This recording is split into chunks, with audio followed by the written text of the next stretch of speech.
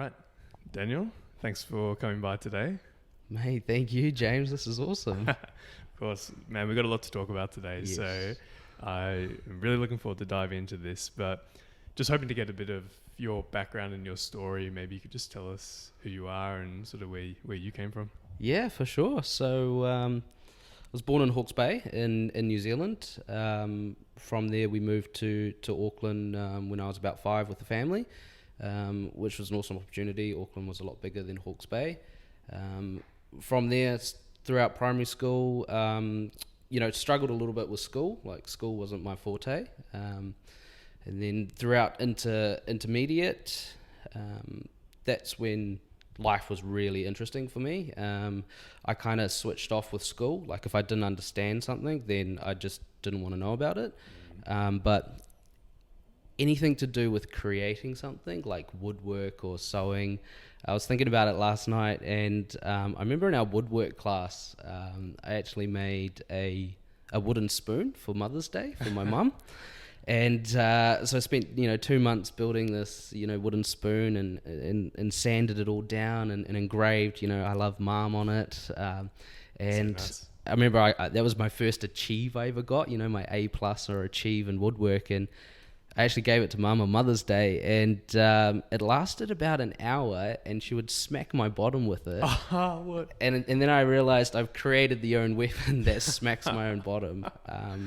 So yeah, like anything to do with like sewing. I remember I even joined the choir group at intermediate because it was a place where I could get away from school. Like, you could go to another campus and do singing and anything like that. So any excuse to get out of school, or where I didn't have to do homework or anything like that, because it wasn't for me. I just didn't enjoy it. But creating something, I loved it. I was the same, man. I specifically did outdoor education because you got to go on like week-long camps away from school. Sure. It's Yeah. exactly the same. And woodwork as well, funnily enough. Yeah, definitely. And I do remember at intermediate, we had a fundraiser for our gymnasium, so we got to sell like chocolates. So I remember there was 20 chocolate bars in a box, and went home, and Mum and Dad bought one, and etc. And the next day I'd go back to school and sold my box of chocolates, and it wasn't working for me. Like, going around and knocking on all these doors in my neighborhood and taking 4 or 5 hours to sell, chocolates. That's probably kind of stretching the truth a bit.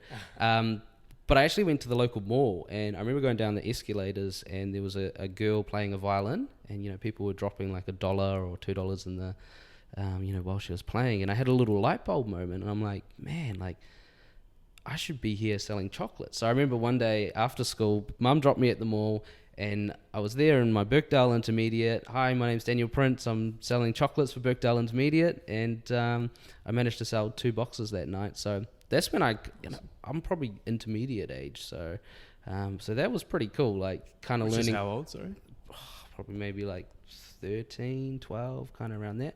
That's when I kind of realized about hustling, and the time you put in is what you get out. Having the right attitude, and yeah, it was pretty cool. I ended up winning a mountain bike out of that, so that was pretty cool. It was a cheap mountain bike, but I smashed the record. I sold 22 boxes of chocolates. Wow. So yeah, that was pretty cool, pretty exciting. That's amazing. Yeah. So I guess I don't know, like, so you said like school wasn't your forte. The fact that you weren't particularly good at school because you weren't interested in it, did you always kind of know that it was just your path was something non-traditional, or did you kind of feel dumb at that point, or how's your mindset like? Yeah, like, I always thought, I wasn't a top A student.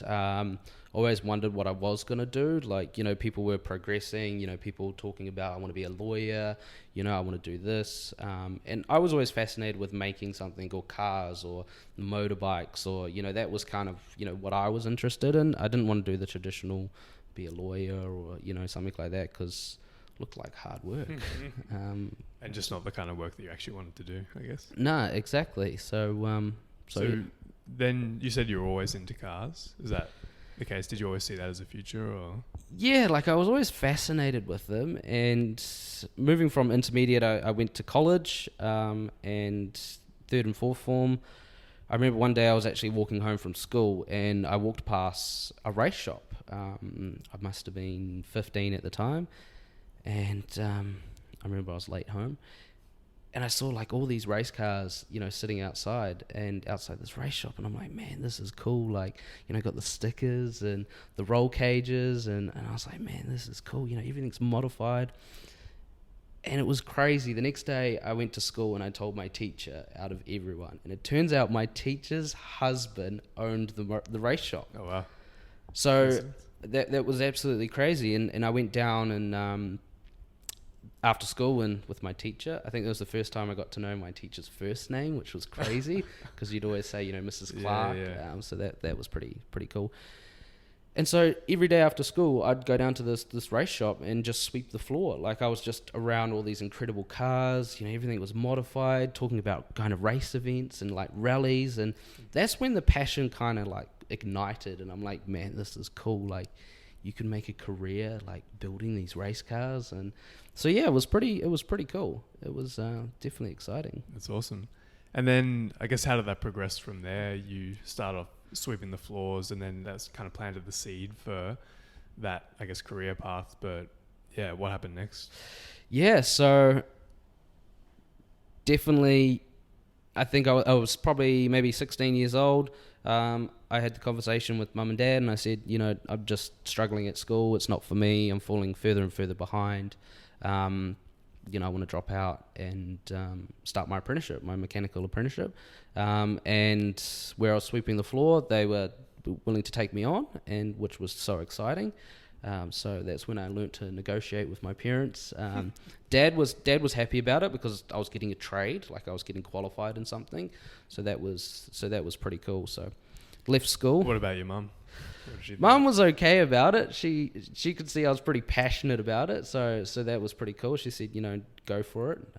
So it's amazing. Yeah, I think a lot of parents fall into that trap where they don't let their kids explore their own curiosity and their own passions because of their own insecurity of what other parents might think of them for letting them do that. So it's cool that your parents were willing to let you do that, I guess. And they gave me the best upbringing. Like I remember going to Kit McGrath after school to get more education, to help me learn more, and that really helped and that pushed me. But I think we all got to a certain point where like, right, Daniel's just focused on cars, and you know, so that was pretty exciting. So worked there for about 3 months, and I remember I used to get paid with a check, and I think it was $234. And on a Friday, I was allowed an extra half an hour to go to the local bank and bank my check, which I thought I had made it in life.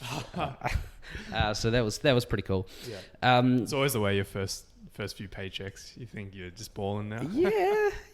So that was cool. But I got to the 3-month mark, and one of my checks bounced. So I didn't know what that meant, and had the tough conversation with my boss, and he basically said to me, he's like, mate, we can't afford to keep you on. I think we kind of over capitalized on you. So that was pretty tough. That was the first, you know, experience of failure. And at 16 years old, telling my parents I'm going to take on the world, I'm going to get involved in motorsports, you know, this is what I want to do. And so yeah, that was pretty tough. Yeah. So what was your mindset then? Like, had you kind of put all your eggs in this basket thinking this was going to just take you where you wanted to go, and you hadn't really thought about any other options? Or yeah, exactly. Like I thought, this is it. I'm going to work here for the rest of my life. So yeah, it was a bit of a shock to the system. Yeah, I was like, I don't know what I want to do anymore. And it was realizing that the world's tough. Like it's a tough place. Like it's not a, you know, lovely place and everyone gets along. Like that's when you're in that school environment, and then you move into the work world, and hey, you've got to work till 5 o'clock at night. You know, it doesn't finish at 3 o'clock. So it was a lot of that 3 months was a lot of learning, new experiences. One thing I do remember is I struggled standing because I was at school and I always used to sit at school. Yeah. And then all of a sudden I was working on these cars and I had to stand all day. And I remember I struggled with it. So random. So yeah, I ended up carpet laying for a while. A family friend owned a carpet laying business, so I thought, stuff it, I'll forget it, and started laying carpet for a while. How did that feel when you sort of, you said you quit school, you'd sort of sold the dream to your parents and sort of pursuing this passion and then having to go lay carpets? How did that feel? Yeah, it was so tough because it wasn't what I wanted to do, and I remember going around and laying carpet, and there was no drive, there was no passion. I had to get up early. There was no want to be there. Like, yeah, the money was okay, and I got paid cash, which was like, wow, this is incredible. No checks to bounce anymore. Yeah. Hopefully the IRD's not after me. So yeah, and it wasn't until a family friend of ours, Graham Sharp, who's involved in motorsports, and he happened to be around for dinner one time and said to me, he says, "Oh, you're still working for that race shop?" And I said, "No, unfortunately I'm not."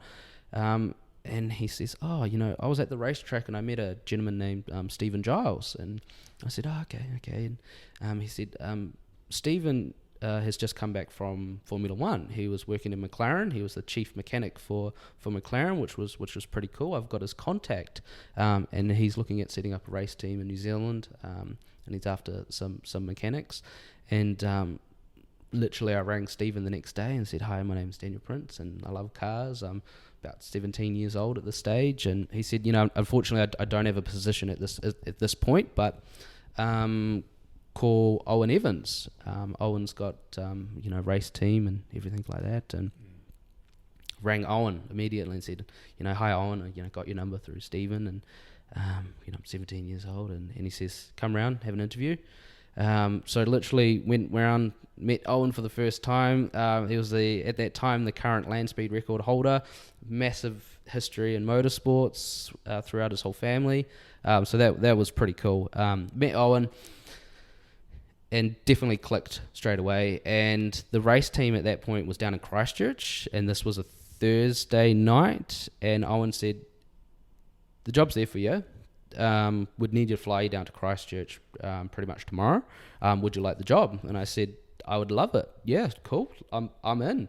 And I remember going home and telling my parents, and I said to Mum, "I've got this opportunity in a race team." I still didn't know what that meant.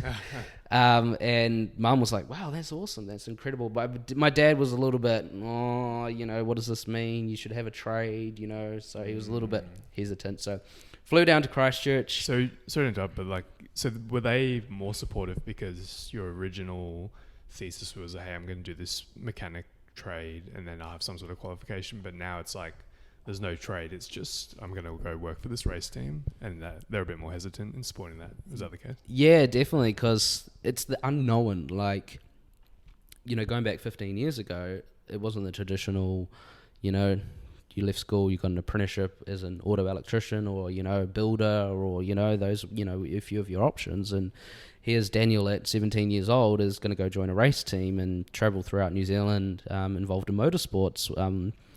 At the time you couldn't get qualified in, it was just experience, which was incredible, like massive opportunity.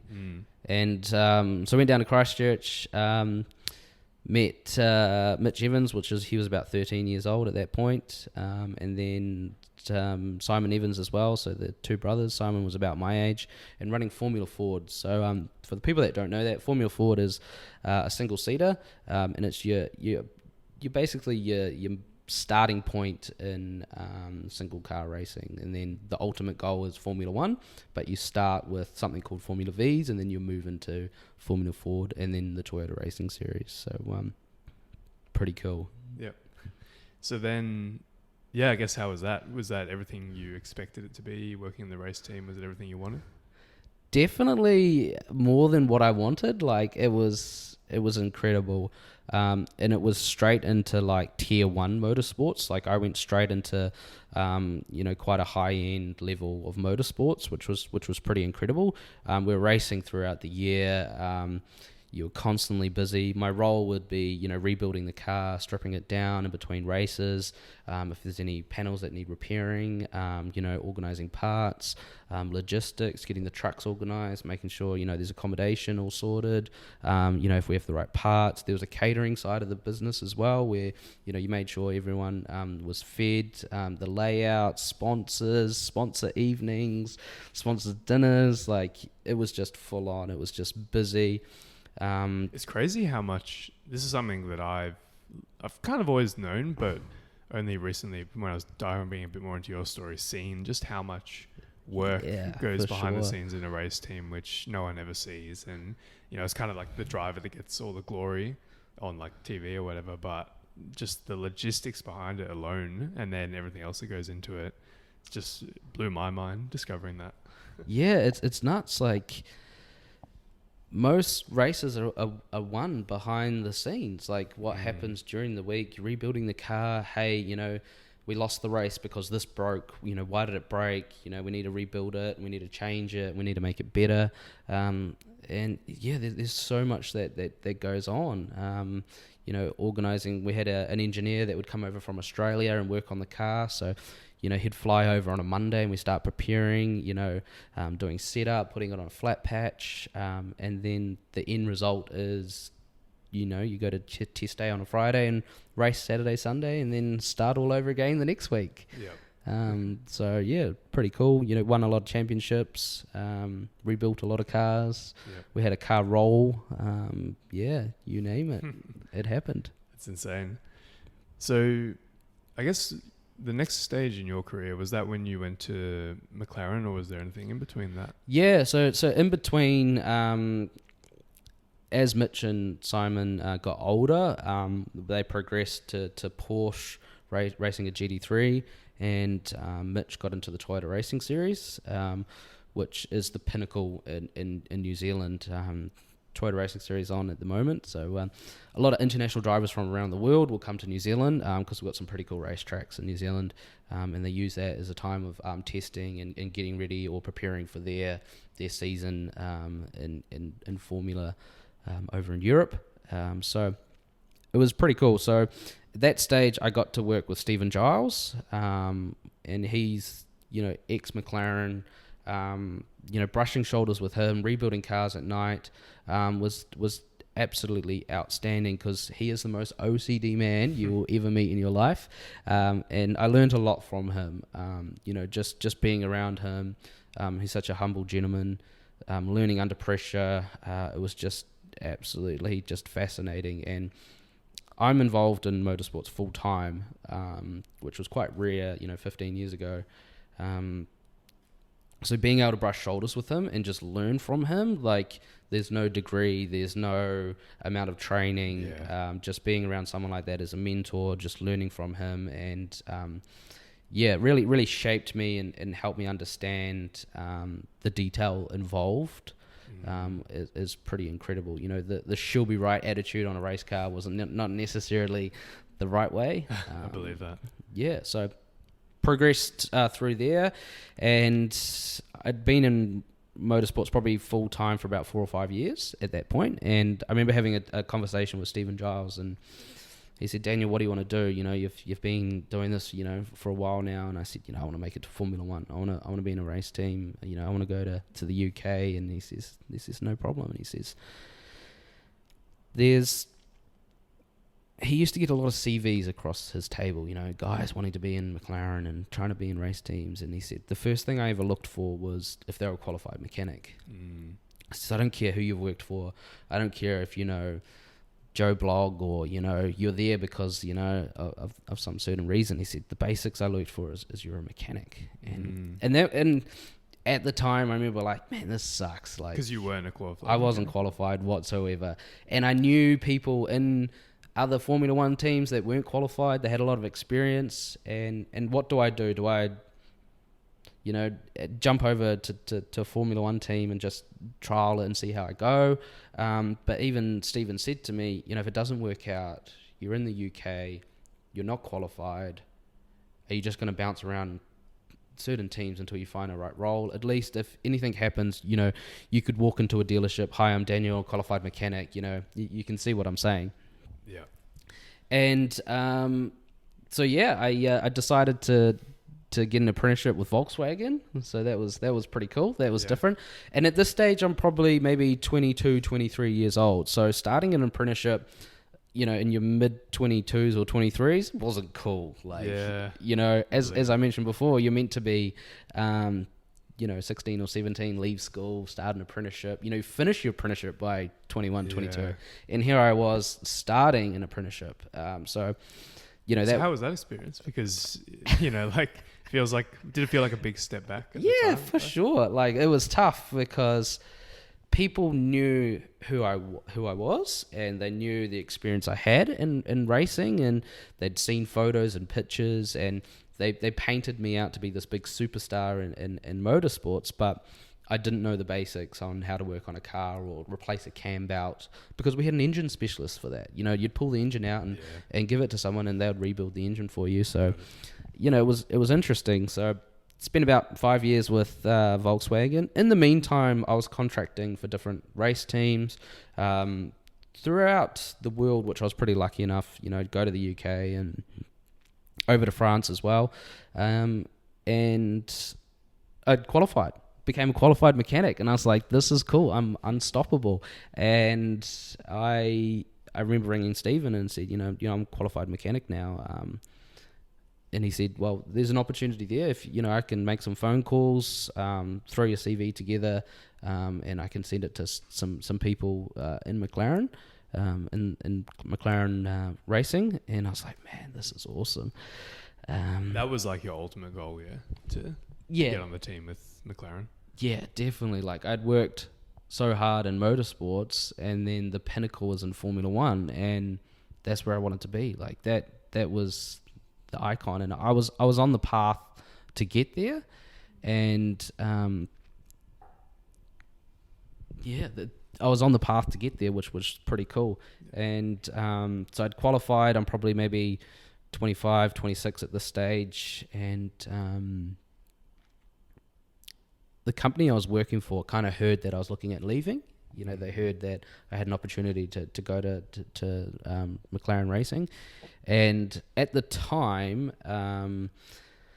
McLaren actually got established in New Zealand with road cars. So for people that don't know, McLaren actually falls under quite a few umbrellas. There's McLaren Racing, which is the Formula One team that quite a few people know about. And then there's McLaren Automotive, which is your supercars, your P1 McLarens, your 650s, your 720s you probably see floating around in beautiful Melbourne. So yeah, there's a few different areas of McLaren. There's actually... they actually do like medical supplies. They do quite a lot of different stuff. They do McLaren catering as well. Really? Yeah, they do so many different branches. So the company I was working for, they approached me and said, hey, I heard you're looking at leaving. And I said, yes, this is correct. And said, how about if we gave you the opportunity to work for McLaren here in New Zealand working on supercars? At this stage, I'm only 25, 26. That's cool. And I was like, At the time, I also met my wife, which was an incredible blessing, because I wasn't looking for anyone. You know, I was so concentrated on motorsports, racing, building this career, and then she came along and changed everything for the good. And I was like, here is my perfect wife. I could stay in New Zealand. I could be involved with McLaren. I could work on supercars. I can still be involved in racing, so I can still contract to different race teams. And I'm like, man, this is awesome. Like, why wouldn't you? And I remember going home and talking to my wife and said, you know, what do you think of this? And she was like, man, go for it. Like, you know, you've always wanted to work for McLaren. Yeah, it's not McLaren Racing, but it's McLaren Automotive, which falls under the umbrella, which, you know, to wear that McLaren T-shirt. I remember the day I got given a McLaren T-shirt, and I'm like, man, this is awesome. Like, pinch yourself moment. Something so small, but represented something that was just like, far out. This is neat. Well, I guess it's almost like it represented the fact that, you know, there was this, I guess, traditional path laid out of how to get to somewhere, what people see as like success, and you would kind of go on this winding route to get there, and then now this is, you were finally there, you achieved what you wanted to do, and you got there in your own way, essentially. So is that kind of why it was so satisfying? Yeah, definitely, because it was like the school of hard work. Like, you know, starting your apprenticeship late, you know, working hard, having to go to night schools. Because there was times when, you know, talking to my inner self, I was just like, mate, you're not going to make it to Formula One. Like, you're getting older, you're not qualified, you know, you're working at Volkswagen, especially if you had a bad day or a car broke down or something, you know, it was easy to get into that, you know, downward spiral of, you know, you don't have what it takes anymore. You haven't been to a racetrack in 3 or 4 months. Like, you know, that was, you know, pretty tough. So it wasn't until, you know, I was qualified, and that was a great achievement. Because I did kind of start slipping a little bit and started getting back into motorsports. And I remember rebuilding a car at home, and, you know, I was meant to be going to night school, but here I am rebuilding a race car because that's what I knew and that's what I loved. And, you know, it was almost going back to where I was at school, where, and who cares about night school? I'll get round to it. Yeah. But I could see it was affecting me. And, you know, when you get in that downward spiral of, you know, talking to your inner self about, you know, you're not going to make it, you don't have what it takes, it's hard to break that cycle. But how do you break it? Well, it was funny enough, like, if any meeting or any big race event, I used to say a little phrase to myself was like, I know, I will, I've got this. Just keep saying it. Like, I know, I will, I got this. You know, when I was at Bathurst with Ferrari, you know, big race calendar, man. Like, that was massive. And, you know, it's almost like fake it until you make it. And you just got to tell yourself, like, you've got this. You're the man in the shoes. You're in this position. You're in the position because you've worked hard. Like, you just got to keep telling yourself that. You got to just keep reminding yourself, like, I'm in this because I've earned it. Like, I'm here. No one else is going to help me. Like, you know, quite a few times you'd be like, oh, well, he can do it. He's older than me. And I'm like, this is my time. You're up. You know, I know I will. I've got this. Yeah, that inner talk is important. And I guess, was it when you first started saying that sort of stuff to yourself, did you kind of not believe it, but then you just had to keep saying it enough until you did believe it? Or? Yeah, for sure. Like, you know, I wish I could go back to the 16-year-old me and say, mate, it's okay. Don't fear failure. Like, it's okay to hear no. Like, you know, so many times in life we're going to hear no, or, you know, the perfect path of, you know, wanting to do something. I may just go off subject here for a moment. Yeah. Probably something you're not aware of is I wanted to join the fire service. I was a volunteer fireman for a while because my family was quite involved in the emergency services. You know, my dad was a paramedic, my mum was a nurse, you know, my uncle was quite heavily involved in the fire service. And I remember, like, every Christmas, you know, the family talking about, you know, I saved this guy's life. There was, you know, this was on fire and we pulled him out of a car. And I'm like, man, this is incredible, like, far out. Yeah. And so I joined the volunteer fire service. You know, my uncle was, you know, running the brigade. And I was like, man, this is awesome. You know, this is cool, being able to help people and give back to the community. And I was with them for probably about 7 months. I wasn't actually allowed to go to a fire until, you know, you're fully trained. And I remember I went for my medical. Went to my local doctor. It's known me my whole life. Yep, all good, ticking all the boxes. Yep, you've got asthma. Yep, got asthma. And then, yeah. And I remember a couple of weeks later, I went back to the fire service and they pulled me aside and said, you know, unfortunately, Daniel, you know, you failed the medical. And I said, what, man? I'm 15, 16 years old. I'm fit. I'm unstoppable. And they said, because of your asthma, you have to have a breathing apparatus, which is called a BA. And with your asthma, unfortunately, you know, we can't have that on board. You know, the rescuer can't be rescued. And I remember writing a letter to down to Wellington to the New Zealand Fire Service and said, mate, like, you know, my family's in the fire service. You know, it was everything I wanted to be, and, you know, and that was really tough. Like, that hit me pretty hard, because could you imagine your whole family every Christmas just talking about, you know, the people they've saved and people they helped, and, you know, and so that was tough. But it just shows that wasn't the path that I was meant to go down. Like, yeah, it really hurt. Like, that was tough. It was probably almost around the same time as losing my job in the first motorsports team that I was with, around 16, then bang, the fire service, and that was tough. So if I could go back to the 16, 17-year-old me now and say, mate, failure is okay. You're going to learn from it. It's okay to hear no. Like throughout the next 10 years, you're going to hear the word no and just bounce back and keep going. Like, I know I will. I've got this.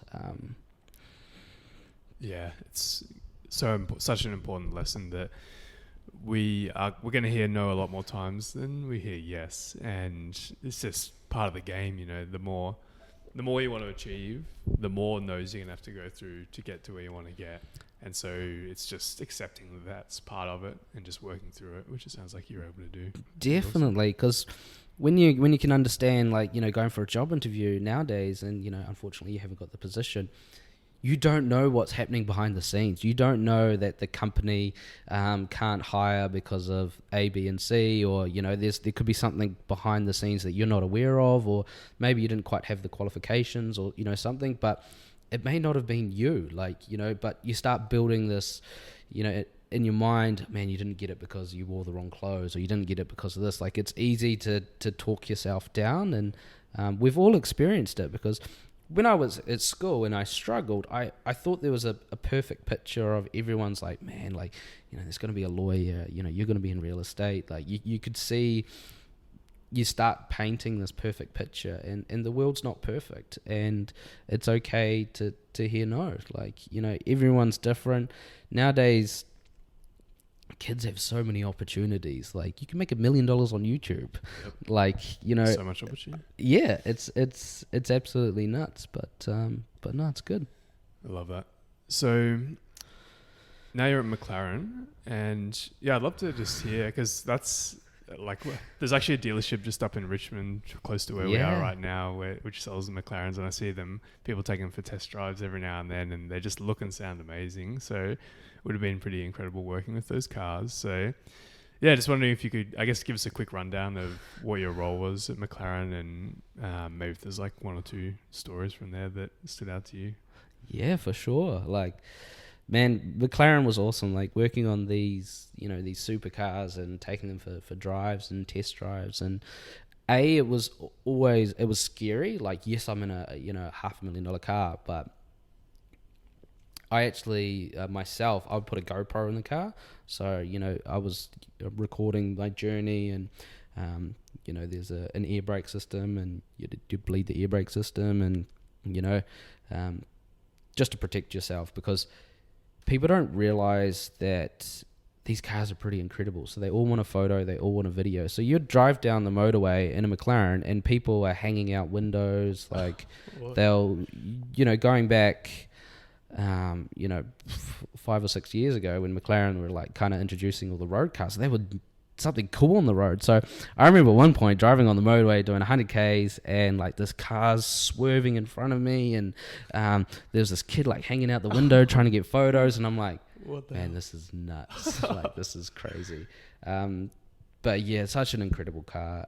I was lucky enough to go to the factory, so I went over to Woking in the UK and spent about 3 weeks there, which for those people that don't know, the P1 McLaren is a hybrid system. So it has a high voltage battery in the car. So you have to be trained to work on it, and everything like that. So so that was the reason why I went to the factory to become a P1 trained, which was pretty cool. So spent 3 weeks there. I was lucky enough to go to Goodwood and take a couple of McLarens around the racetrack, which was pretty cool. Like, you learned about driving style and your driving ability and how to handle a supercar, and it was pretty cool. But I was just shit scared. Because my boss had said to me before I left, he says, Daniel, you're under 30 years old, so you're not covered by insurance. Oh my God. So if you crash this McLaren, it's on us. We have to pay for it because I'm under 30. And I'm like, woo. Don't put that in the wall. All right.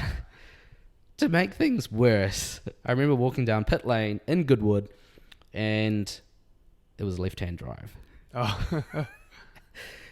we're in an $800,000 McLaren and it's left-hand drive. I'd probably only ever driven a handful of left-hand drives, let alone something with 500-600 horsepower.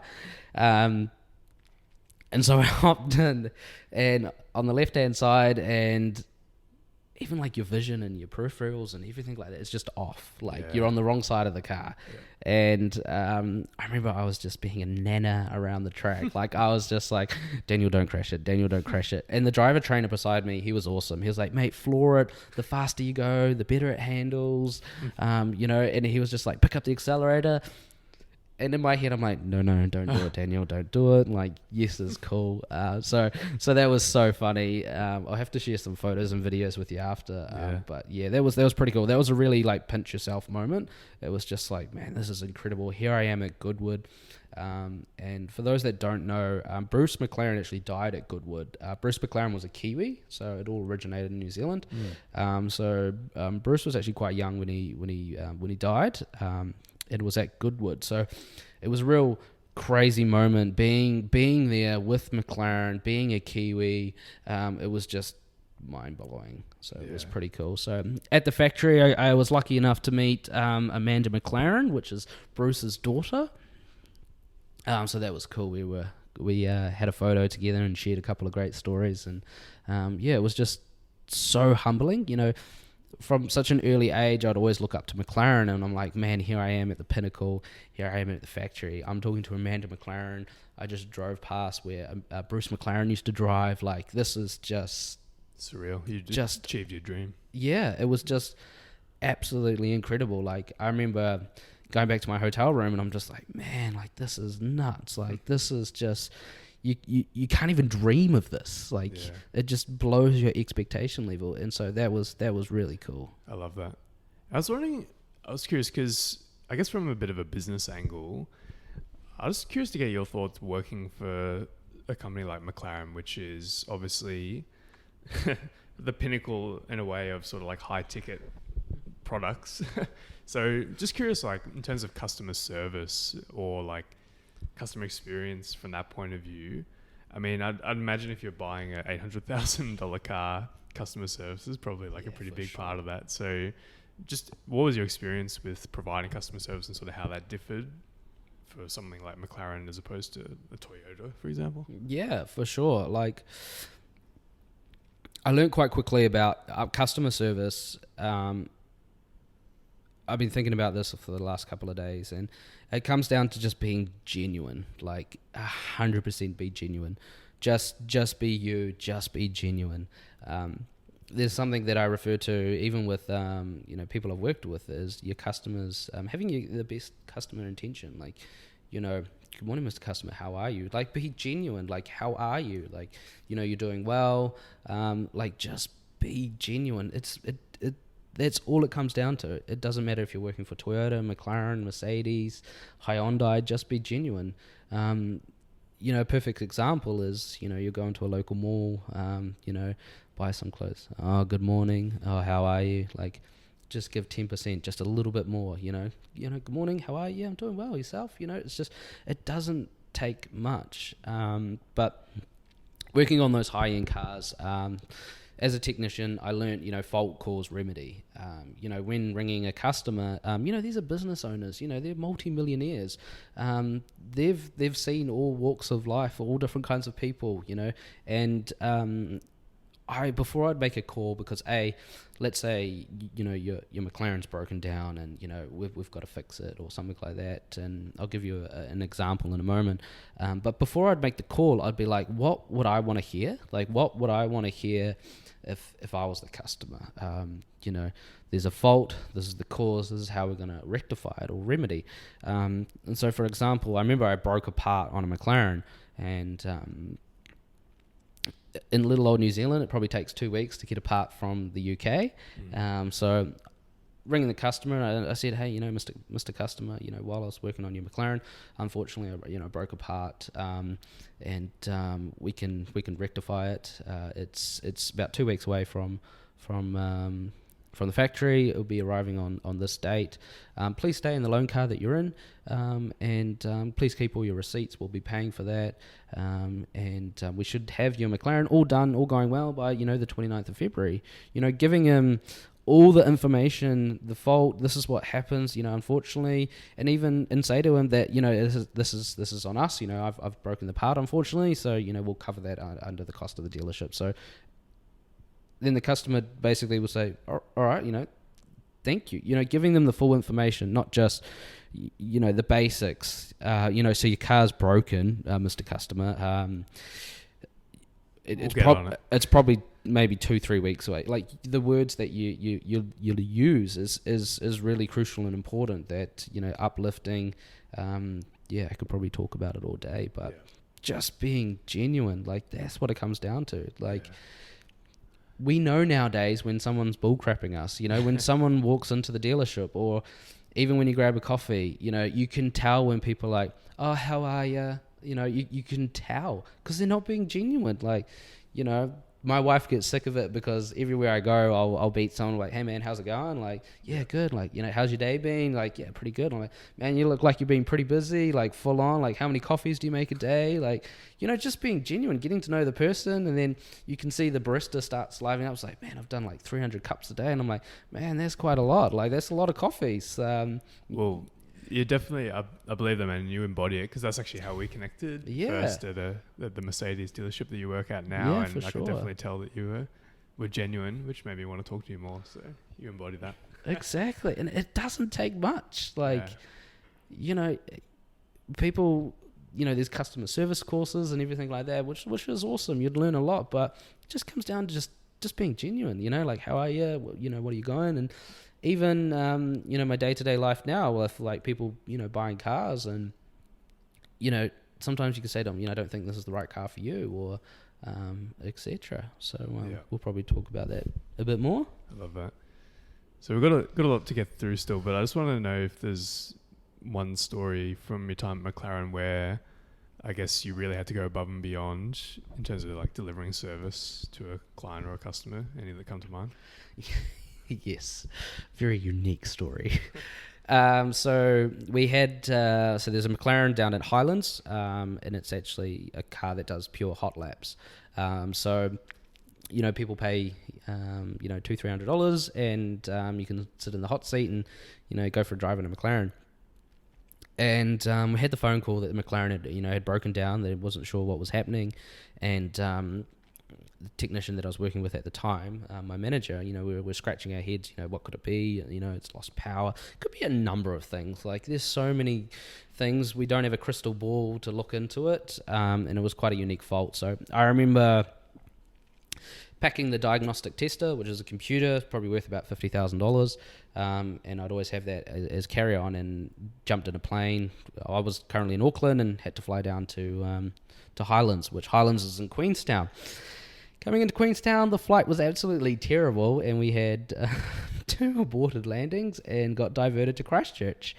And Christchurch is a wee way away from Queenstown, and I remember sending a photo to my boss, and I'm like, mate, I got on the wrong flight, and he wasn't impressed with that. And I explained to him, mate, this is what's happened. But at this stage, it was probably maybe 5 or 6 o'clock in the evening, and Air New Zealand were lovely. They had buses arranged for us, so we literally hopped off the plane and straight onto a bus, and then there was like a 7 or 8 hour journey to get up to Queenstown, and had my $50,000 computer sitting on my lap. I probably looked like a drug dealer on a bus. Holding it tight. Yeah, holding it really tight. But then I finally arrived at the racetrack in Highlands, and it wasn't, I started work probably 9 or 10 o'clock at night, because you got to remember, customers were booked in the next day to take this car for a drive. People from around the world had flown or, come here. They're on holiday. They want to take a McLaren, for a drive. So there was a bit of pressure on myself. And I still had no idea what it was. And it was like 11 o'clock at night. So your normal, went through it. There's a couple of faults here and there. And I was getting ready to do a a report to the UK. So the UK, we're going to actually wake up and have a chat to me, do like a live report and, run through it with engineers, and I had them all lined up. So for one crazy reason, I decided to put the car on the hoist and drop the floor plan and had a look around, and no word of a lie, I found a broken actuator on the turbo. So it helps release pressure, and that had broken, just literally had snapped. I was the most happiest man in New Zealand at that point, because I knew I could fix it. It just needed to be welded. My experience in motorsports previously, I knew how to fix it. We didn't have to order any parts. The crazy thing was, I recently just had a coffee, and it was like 11 o'clock at night, and I did not sleep that night. So in the morning, I went to a local engineering shop in Cromwell, and they actually welded the bracket back together and shot back, and I had the car all up and running by about 9 o'clock in the morning, which was just absolutely crazy, because it was one of those like pinch yourself moments where you had no idea what was wrong with the car, and then you managed to like turn it around and make it all happen, which was pretty cool. So I love it. There's a few happy people. I can imagine. And especially the owners of the car with the business, for sure. Yeah, definitely. Yeah, it's cool, man. It's just like next level, the service I guess you have to provide. Like, actually, there's a car broken down, and they have to actually fly you down there to go and look at it. Yeah, when there's not even any guarantee that you can fix it. But it's it's just the service that they provide, which is awesome. And you'd expect that. I've spent $1 million, or for instance, the P1, $4 million. Like, it's even if you're being there just to help load it onto the tow truck, or it's just the small things. So no, it's awesome. I love it. So when did the Bathurst 12-hour happen? Was that before McLaren, or was that? That was probably just before McLaren back in 2015. Or probably, maybe during McLaren. Yeah. What happened there? Because there's actually an interesting documentary. Yeah. Which you play a starring role in. Yes. Which I watched, which we'll definitely link up. But maybe if you could just quickly go through that story. Yeah, for sure. So I was contracting for different race teams, and 2 weeks before the Bathurst 12-hour. So the 12-hour is a 12-hour race. It's at Bathurst, and it's pretty insane. It's one of the biggest races on the calendar. Bentley, Ferrari, McLaren, you name it, are there, and they're factory teams. So Bentley send their factory team, or McLaren will send their factory team. So this is nuts. Sometimes there's 20 mechanics in a team. There's a suspension guy, an engine guy, a data guy. Like, it is nuts. Because it's the old saying, you win on a Sunday, you buy on a Monday. So, if Bentley win on a Sunday, people will naturally go buy a Bentley. So 2 weeks before the 12-hour, I got a phone call from Richard Lester, and he says, "Hey Danny, how are you?" And I said, "Yeah, good, mate." He says, "One of our mechanics, unfortunately, is pretty unwell at the moment, and we need a head mechanic to run a Ferrari." And gave me a bit of the brief, and I said, "Yeah, mate, I'm in. I'd love to." And I remember putting the phone down and going, "What? What?" Like, wow. I was like, this is happening. 2 weeks to 2 weeks. prep a car. And at that stage, I'd never seen the car because the car was in transport. And it was a 458 Ferrari. And I was like, wow, I've never worked on a Ferrari. 2 weeks went by. Next minute, I'm on a plane, met the team, met all the people involved, and then flew over. And as you see in the documentary, it was crazy. We had containers that were late. We had mechanical failures. Had a kangaroo jump over the car. We had a driver sick in the car. You name it, it happened. We had a wheel fall off. It was absolutely nuts. But the guys that were involved.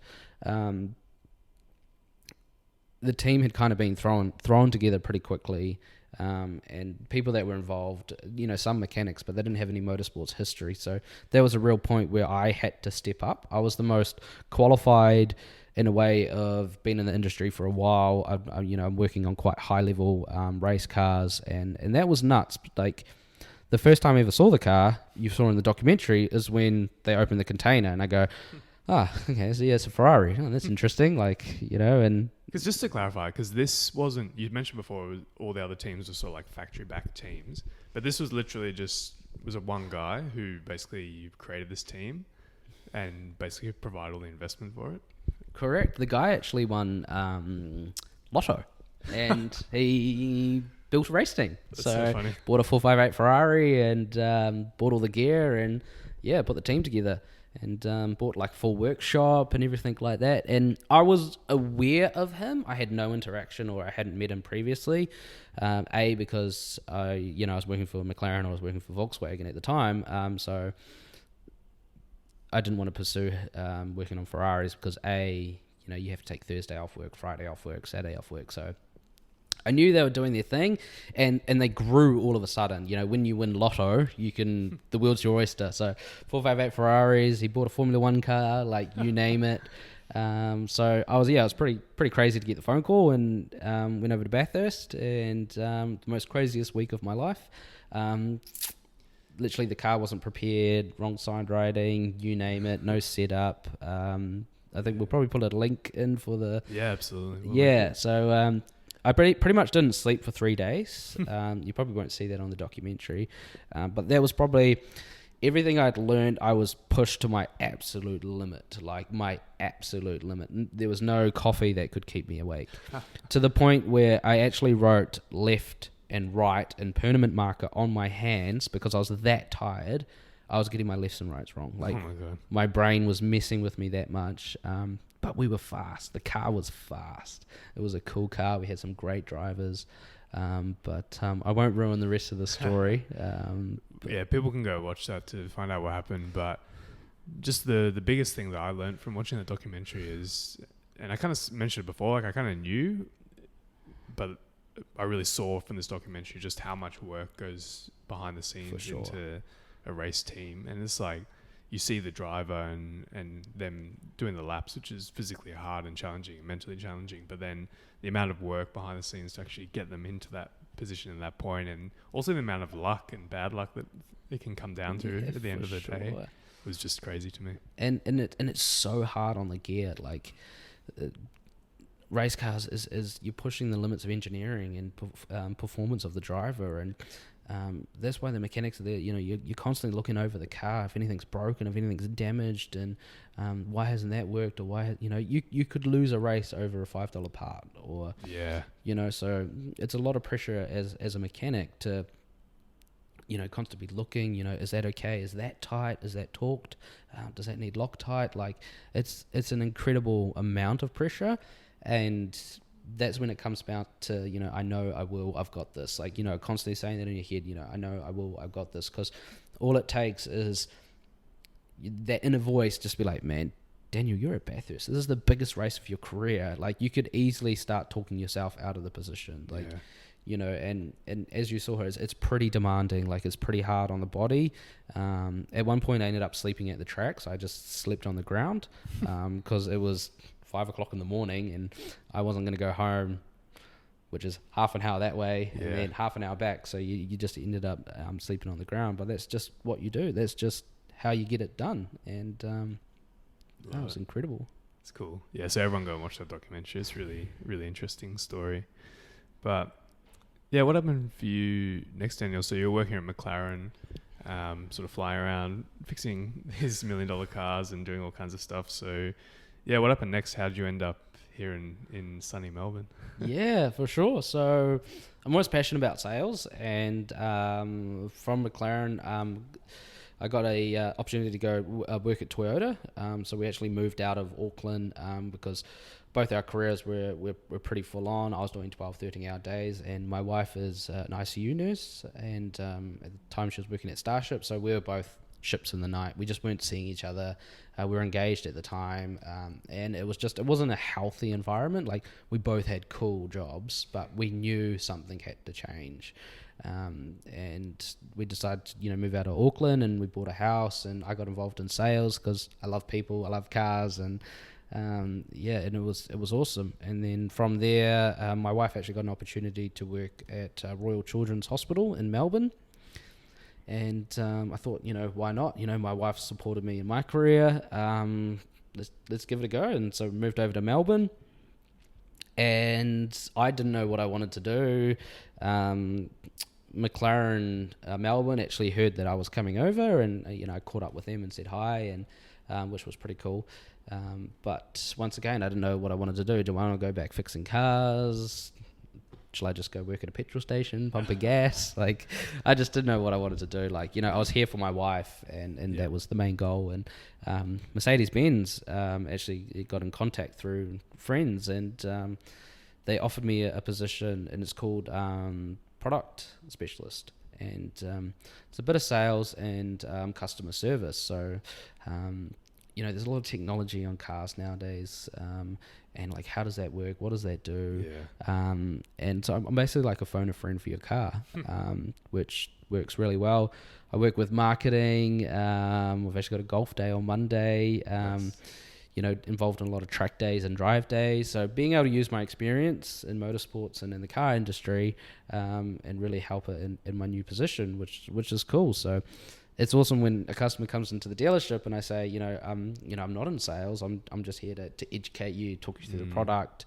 And that's where I see the world going. Customer service is going to be key, because cars sell themselves. You can do so much research online. The average person does about 10 hours of research before, coming into a dealership. So a lot of them know a lot of information about the car already. They just need a little bit of help, getting across the line or seeing the car in the flesh. So do a lot of test drives, and I'm kind of like the Swiss Army knife for my boss, because I can go around to customers' houses, especially around here. There's a lot of car lifts, so helping customers put their new car onto a car lift, and just customer service and just helping out, and it's awesome. I love it. And I've been to the dealership you're at, and there's definitely lots of nice cars there. So you're working with good cars still. But it's funny you were saying that before, because it's so true, man. Like today, it used to be back in the day, the customer would go to the dealership. Maybe they kind of knew what brand they wanted, so they may be like 10-20% sold. They walk in, the salesperson shows them around, like suggests the car for them, and then they sort of close the deal and it's all done. But these days, as you said, people know like how much horsepower each car has, how much, like all the different specs. Before they've even walked into the dealership, they almost know close to as much as some of the salespeople. So it's, I guess it's just, I'm curious to know, like, especially working with like a higher end brand like Mercedes Benz, does it really come down to, I guess, selling these cars? Is the main difference the service you offer and sort of the expertise? Is that kind of the biggest difference you've noticed? Or? Yeah, for sure. And being genuine and getting to know the customer, because in any sales opportunity, doesn't matter if you're a cold caller, doesn't matter if you're selling solar panels, like you need to sell yourself first. Like James, I'm not going to buy from you unless I trust you, or at least, we've got a connection of some sort. So when the customers walk through the door, it's almost like speed dating, like in crazy terms, like getting to know someone, and building that confidence with them. And once you can build that confidence, or, break down the barrier or make them laugh, then they're more easy to understand, or what they do want. Does that make sense in a way? Totally. So having that connection, just making sure you're not just flogging something off. Yeah, and I sold a $180,000 car once, and it was literally just getting to know the dude, and we literally just talked about everything, and then when it came down to the car, he's like, "Mate, I've done my research. I know what the car is. I'm here to buy it. I really appreciate your time. Like, you know a lot of knowledge about the car. You answered all my questions. If you weren't sure about something, you found out about it, and that was cool. Like, presenting the facts. Like, even we'll probably go down a different path when it comes to like lying or anything like that. When you lie about something, you have to cover it, and it just comes back to being genuine. If you're genuine with the customer, it just works out well. Yeah, I believe it. So that's awesome, man. And it's a cool position you've got. Get to play with some cool toys and some good cars, which I love. But I guess what's coming up next? We're sort of getting towards the end of your story here now, but I guess what's coming up next for you this year? Is there any other big projects on at the moment? Yeah, for sure. So I've actually been lucky enough to be involved and create a charity. It's called Cure Car. It's amazing. And the background behind it is I was able to take a GT home one night and picked up my wife on the way home. So I went to the hospital, Royal Children's, parked outside, and beautiful GT, and all these kids are just walking around and taking photos. And I was like, to me, it's a beautiful car, and yeah, it's cool, but I'm around them every day. I see them every day, and I take advantage of that. Yeah. And I was driving home, and I'm like, man, here's an awesome opportunity to be able to, take kids for a drive, or take them to McDonald's, or take them to the zoo, and created the idea of Cure Car, and approached Royal Children's Hospital, the Ronald McDonald House, and explained to them what I'm looking at doing, and they were all about it. And we did a trial run with young Austin, and yeah, that was pretty cool. Took him to the football, and I didn't realize of how much of an impact it was for the family and for young Austin, because they'd been so heavily relying on public transport. Uber and buses and everything like that, and it was the first time that they were able to go for a drive as a family. So yeah, that was pretty cool. Mercedes Benz is now on board. It's growing, so it's a pretty cool project. That's cool. So basically, just like giving them a cool experience, going in a nice car, help them out, give them some light. Exactly. So it's amazing. Still in the launch stage, but we've got the right people around us, and it's pretty exciting. That's cool. Is it too early? Is there anything that people can do to help with that if they want to, or is it a bit too early for that? Yeah, you could just definitely reach out to me on LinkedIn or anything like that if you reckon you could support or any way, or if you've got a cool Ferrari or a McLaren sitting in your garage. Yeah, people want to help, and it's really humble. The amount of people that I've bumped into and have talked about this idea, and they love to be a part of it. So it's exciting. So that's cool, reach man. out. I love that. So I guess wrapping up your last few questions, but I mean, out of all your experience, it's been a fascinating journey, and you've done a lot of cool things. But is there one or two key lessons that you've taken from that, or just really anything that you wanted to share with the audience before we finish up here, Daniel? Yeah, it's an interesting question. We mentioned about it, but it's okay to hear no. Learn from your failure, and having the right attitude. Growing up, I always had older people saying, mate, if you have the right attitude, you can do anything. And I'm like, man, whatever. And it wasn't until later in life when I realized having the right attitude really gets you places, and taking that on board, to really look at yourself and, have I got the right attitude? And it's not easy, but as I say, be genuine, the right attitude, and then one day you'll have that pinnacle moment like myself when I was at McLaren, and I was just like, mate, this is what dreams are made of, and that's what it comes down to. Yeah, I love it.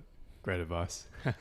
So last question, Daniel, is just what's the best way for people to connect with you if they want to see what you're up to? Or yeah, for sure. Probably LinkedIn or probably email. So I'll probably put my email address in there and reach out. And if you want to have a chat about anything, or if you're looking at buying a supercar, I can point you in the right direction. Or if you've got questions. Well, we do have a few business owners listening to this podcast. So yeah, that's awesome. But yeah, that's probably the best way to reach out. And love catching up and chats, as you know. So it'd be good to meet some people. Awesome. Yeah, I'll make sure we link all that up so people can find you easily, Daniel. But yeah, it's a fascinating story you've got there. When we first met at where you are now, Mercedes Benz, we chatted, and I could tell you were a good, genuine guy. And then the more we caught up and the more I learned about your story, I was just like, man, this is fascinating. I need to share this story. Yeah. So yeah, it's cool. You've had a very non-traditional path. You've achieved a lot of the things you wanted to achieve, and you've learned a lot along the way, and you've been generous enough to share it here today. So thank you very much for coming on. Mate, thank you. Appreciate it.